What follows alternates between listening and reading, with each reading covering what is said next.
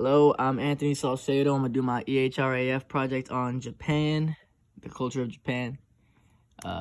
So to start off, I'm gonna talk about the geography and the environment. So Japan is located on the northeast of Asia, and it's actually a stratovolcanic archipelago, which is just a group of islands together to make like a whole nation. And it's like a stratovolcanic whole environment because there's a lot of volcanoes and stuff, It's really mountainous and highly vegetated, so there's like forests and obviously mountain ranges and stuff. And yeah, it kind of just spreads throughout the whole entire country, and it's extremely, really beautiful and really, really nice to look at. So as for the language, in Japan, they speak Japanese, and they write in hiragana, katakana, and kanji. Hiragana is the most commonly used one. It's pretty much just like its own like sounds of like little syllables of like two letters or one letter. It's kind of cool. Katakana they don't really use that much, and kanji is like the Chinese Japanese mixture, so it's like a whole combination of the two, so it's more flowy between the languages. For the next one is economic activities. The services take up 71.4% of the economy. The industry is 27.5%, and the agriculture is 1.2%. The pictures below are of a rice paddy and a fish market, because where do you think sushi comes from? Japan. That's right, the fish. Next will be the topics of interest that I chose would be like staple foods and cultural activities.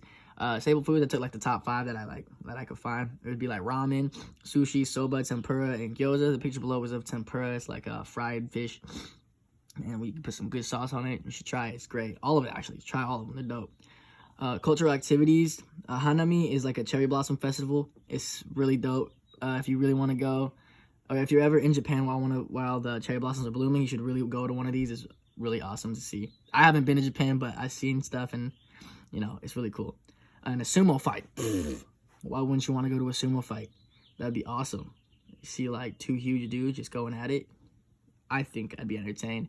And yeah, very interesting. Onsen is a hot spring. And like in Japan, a lot of people come together and do hot springs together, and they just bathe, and it's really relaxing and calming, and it's something that they really strive for and they strive to do. And temple life is really cool. It's like the religious part of like Shintoism, I think. And you actually have the opportunity to spend the night inside of a temple and kind of have a day in the life of a monk kind of thing. Next would be kinship. People live in ies, which is like just a single house that kind of contains a whole family. And it's like in Japan, it's more of a single house representation instead of like an individual. So for example, they say their last names before their first names. So for me, it'd be like Salcedo Anthony, and it kind of represents my family name and then my individual name. And the whole kind of setup is a nuclear family system, so it's like grandparents, parents, and children. And sometimes it varies. It could be like cousins and uncles, or sometimes the grandparents aren't in the picture. But usually that's kind of how it's set up. And rarely, I think the percentage was like 80-something% is like it's set up like this. And then like the rest are like single people and like just by themselves and everything. Political system.